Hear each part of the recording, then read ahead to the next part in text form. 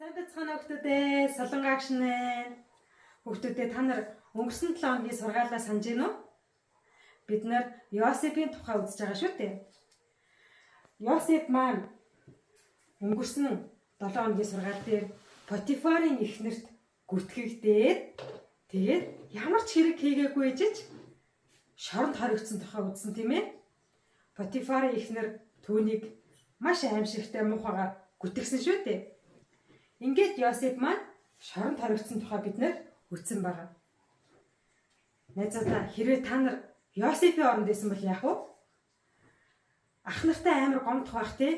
Яагаад гэвэл ах нар нь түүнийг зараагүй байсан болвол мөн тэрээр Египтэд худалдагдаагүй байсан болвол Потифарын гэрт ирээгүй байсан болвол мөн Потифарын эхнэрт гүтгэгдээгүй байсан бол тэр өөрийнхөө төрсөн нутагтаа аав ээж ах нартайгаа аз жаргалтай амьдрах боломжтой байсан шүү дээ, тийм ээ. Гэтэл энэ бүхний эхлэл юу байлаа? Түүнийг үзэн ядаж байсан ах нараасаа болоод тэрээр маш олон удаа гүтгэгдэж, хууртагдаж, тийм ээ. Тэгээд хамгийн сүүлд Египтийн шоронд хүртэл хоригдсон шүү дээ. Хэрвээ та нар байсан бол яах вэ? Ах нартаа бүр маш их гомдох байсан бах тий. Бүр ингээд үзэн ядаад ах нартаа дургу болох байсан бах тийм ээ. Харин Йосеф тэгээгүй байгаа. Бүгдээрээ Йосеф ямар үйлдэл гаргасныг хамтдаа Библиэс харцгаах уу? Бүгдээрээ Эхлэл номын 45 дугаар бүлгийн 5 дугаар ишлэлийг хамтдаа уншицгаая. Та нар намайг энэ газар худалдсандаа бүү санаа зов, бүү харамс. Бурхан амийг аврахаар та нараас өмнө намайг гэлгээжээ. 15 дугаар ишлэлдэр Йосеф бас ах нараа үнсээр тэрвэрч уйлав. Тэгээд ах нар нь түүнтэй ярилццгаав. Амен. За тэгвэл Йосеф ах нарыгаа уучлсан талаар гарч ин тийм ээ. За Йосеф маань Египтийн шоронд хоригдож байх үед түүнтэй хамт хоёр хүн нэмэгдэж орж ирсэн байна. За энэ хоёр хүн хэн бэ гэхээр Египтийн хаанд үйлчилдэг байсан хоёр зарцсан байсан байна. За энэ улаан цавцтай нөхөр бол Египтийн хааны архийг хундагалж өгдөг сүнж хүн байсан байна. Харин энэ найз маань Египтийн хаанд маш амттай олон төрлийн талх хийж өгдөг талхчин байсан байна. За энэ хоёр хүн маань хааны уурыг хүргэсэн учраас хоёулаа нэг өдөр шоронд орж ирсэн байна. Ингээд тэр гурав Йосефтэй хамт нэг өрөөнд хоригдох болсон байна. Йосеф шоронд байхдаа ч гэсэн шоронгийн харгалзагчийн түүнд даалгаж өгсөн ажлыг маш итгэмжтэй сайн хийдэг. Бас хариуцуулж өгсөн зүйлсээ маш нямбай хадгалж, маш нямбай зарцуулдаг байсан учраас шоронгийн харгалзагч хүртэл Йосеф тэтгээд түүнд бүх ажлаа даатгаж өгдөг гэсэн байна.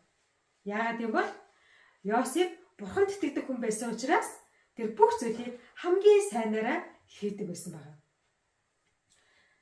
За ингээд нэг өдөр өглөө боссон чинь нөгөө хоёр найзын маань царай маш баргар царайтай болсон байсан.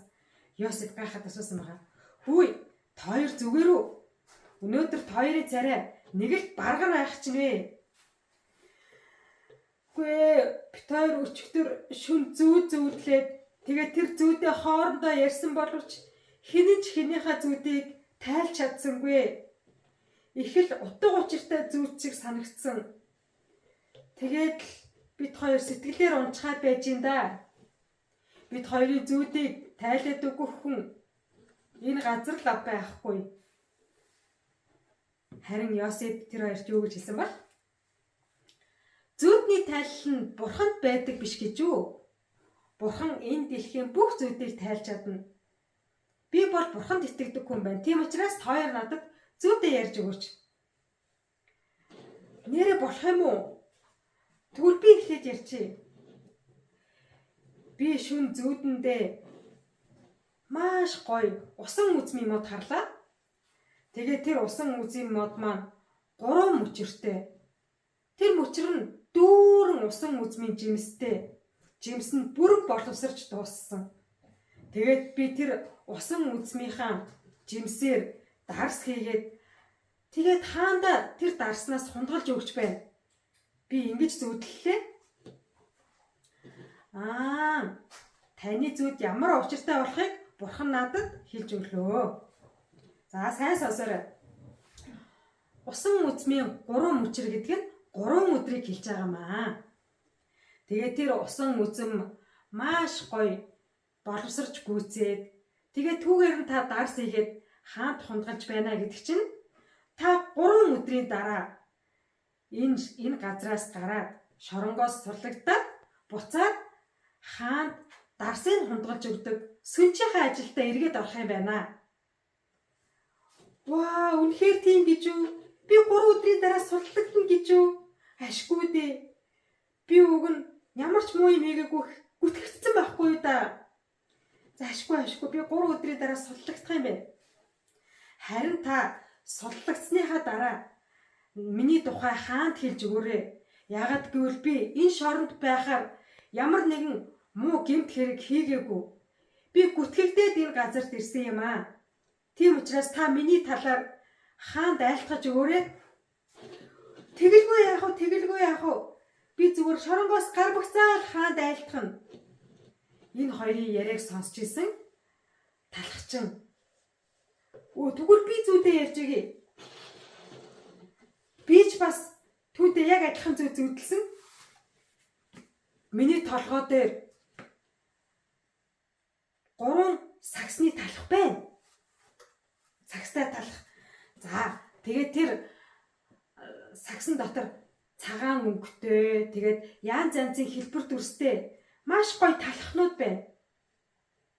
Үнэхээр амттай талхнууд харагдажсэн.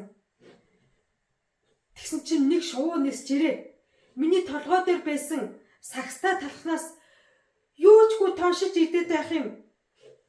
Би ингэж зүудлээ. Энэ зүуд ямар учиртайг надад хэлж өгөөч. За, байж бодоодох юм.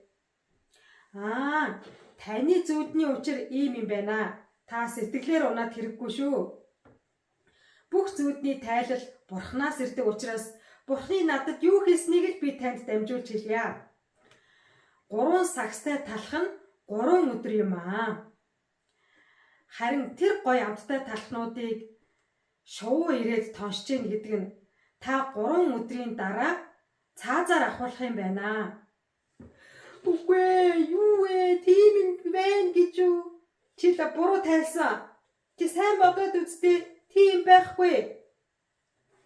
За, ингээд яг 3 өдрийн дараа Йосефийн хэлсний дагуу ахлах сүнж маань буцаад фараон хаанд дарсыг хунгалж өгдөг сүнжийнхээ ажилдаа эргээд орсон байгаа. Харин ахлах талхчин маань 3 өдрийн дараа хийсэн хэрэгийнхээ төлөө цаазаар авахгүйсэн байна. За ингээд ахлах сүнж маань шоронгоос сулагдаад хаанд очоод хааныхаа гарт дарсыг хунгалж өгдөг ажилдаа эргэж орсон байна. Ингээд энэ цаг мөчөөс хойш 2 жил өнгөрсөн байна.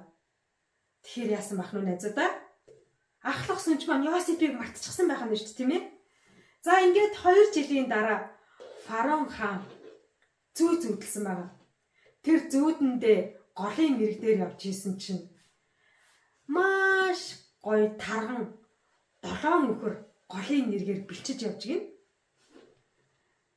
Гэтэл голын цаанаас үзэшгүй муухай төрхтэй маш туранхай 7 нөхөр гарч ирээд өнөөх тарган 7 нөхрийг юу ч үдээргүй идчихэж гин. Ингээд фараон хаан зүүднээсээ сэрээд үнэхээр айсан байгаа. Ёо. Ич одоо ямар гэчи зүүд вэ? Ямар муухай зүүд вэ? Ёо, би ийм муухай зүүд ёстой зүүдэлж ийсэнгүү. За ингээд фараон хаан маргааш нь дахиад зүүдэлсэн байгаа. Тэр зүүдэндээ дахиад голын нэрэг дээр байсан. Тэгсэн чинь нэг гишнээс маш гоё сагалгар 7 өчөртэй тариан төрөө байсан байгаа. Гэтэл хаанаас ч юм дорны салхинд хөөгдөж ирсэн 7 тариан түрүү үнхээр хатаж хорч исэн үзэшгүй муухай тэр тариан түрүү нөгөө өнөөх саглагаар үржил шимтээ 7 тариан түрүүг юучгүй бас хамаад идчихэж гэн. Ингээд фараон зүүднээсээ сэрээ дахиад айсан байгаа. Ёо энэ ч одоо ямар учиртай зүүд вэ? Аль юу? Манай улсын хамгийн шилдэг зүүдийг тайлдаг мэрэгч ухаалаг хүмүүсийг энэ газар цуглуул. Ингээд фараон хаан ордондоо зүүдийг тайлдаг, одон орон судалдаг, тийм ээ. Египт даяар хамгийн мэрэгэн ухаантай гэсэн бүх хүмүүсийг цуглуулсан байна. Тэгээд тэдгээр хүмүүс зүүдээ ярьж өгсөн байна. Гэтэл яасан гэж Египт даяар цугларч ирсэн тэдгээр мэрэгэн ухаантай, одон орон судалдаг, зүүд тайлдаг, мэрэгч домч одоо ямар хүмүүсээ тэр хүмүүс бүгдээрээ хааны зүүдийг тайлж чадсангүй гэн. Хаан ихэд уурлаж, бас ихэд санаа алдан яахаа мэдэхгүй байсан чинь нөгөө нэг ахлах сүнж чинь гид Йосефийг сансан байгаа. Эзэн хаантай минь өршөө намайг би нэг хүний талаар танд ярихаа мартчихаж тэр хүн болвол еврей залуу байгаа.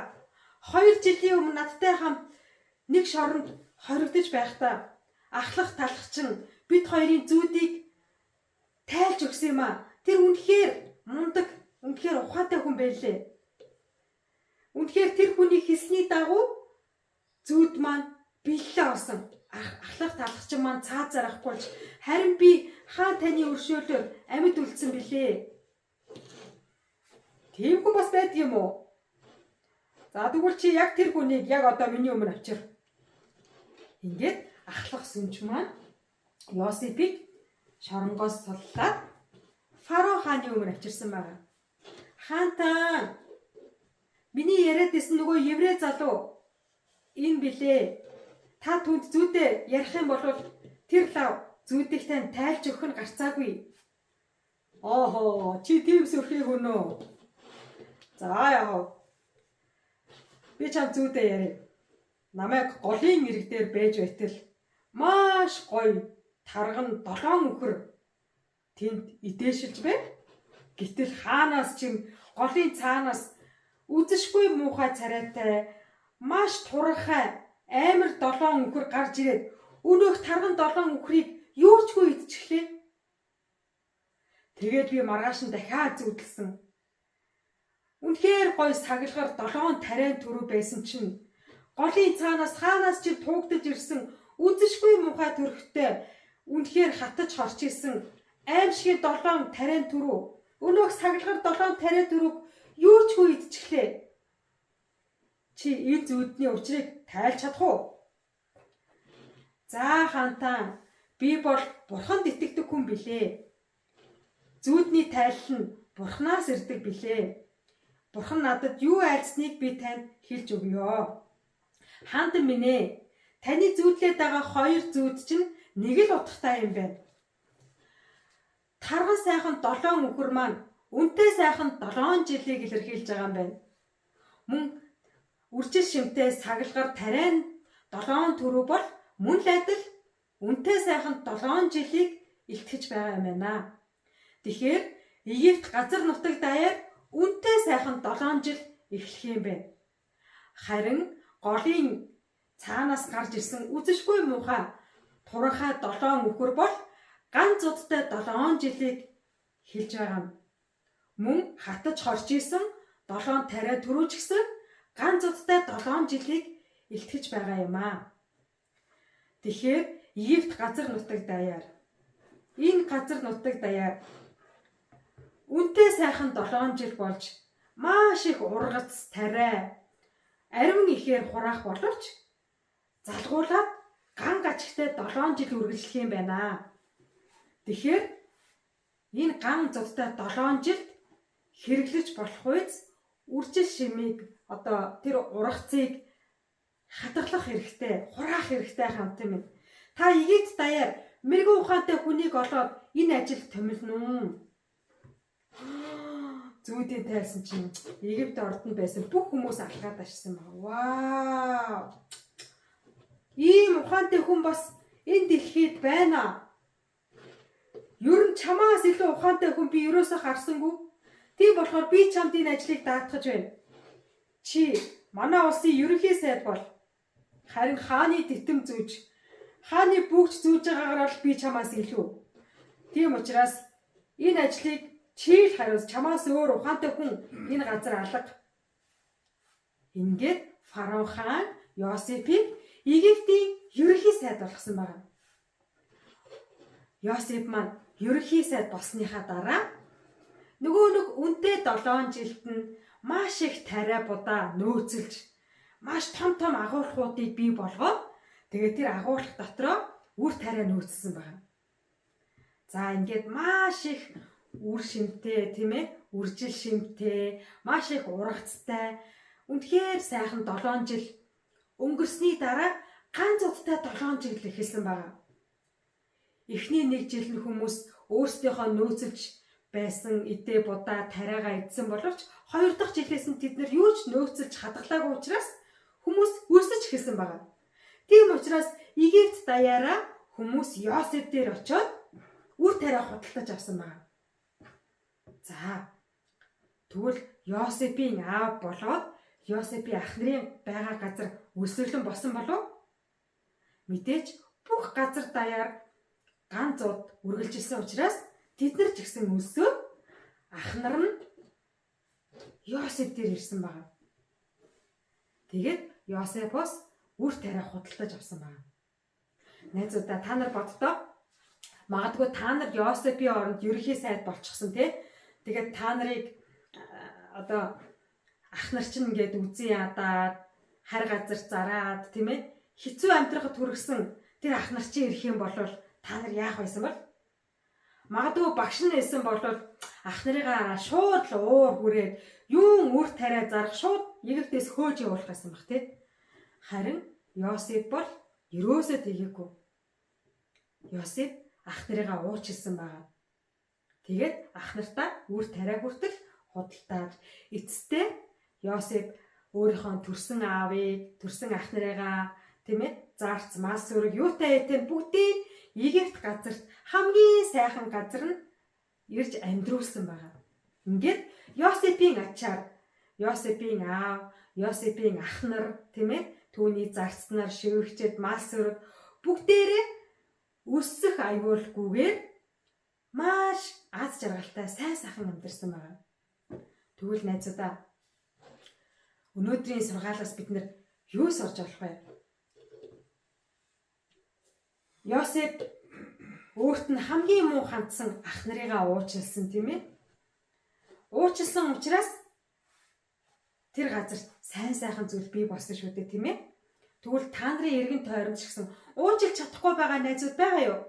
Харахаар л уурн хүрээл, харахаар л гомдоод байдаг тийм хүмүүс байгаа юу? Тэгвэл өнөөдөр бид нэр Йосеф шиг тэдгээр хүмүүсийг уучлах юм бол Бурхан биднийг илүү сайхан газар, илүү сайн зүйлтэй биднийг учруулдаг байна. Тэгвэл бүгдээ хамтдаа Бурхан талархаад залбирцгаая. Бурхан эзэн минь ээ таньда баярлалаа. Өнөөдөр та Йосефийн түүхээр дамжуулаад бид нар бусдыг уучлах үед ямар их өрөөл дагалдаж ирдэг гэдгийг ойлгож өгсөнд баярлалаа.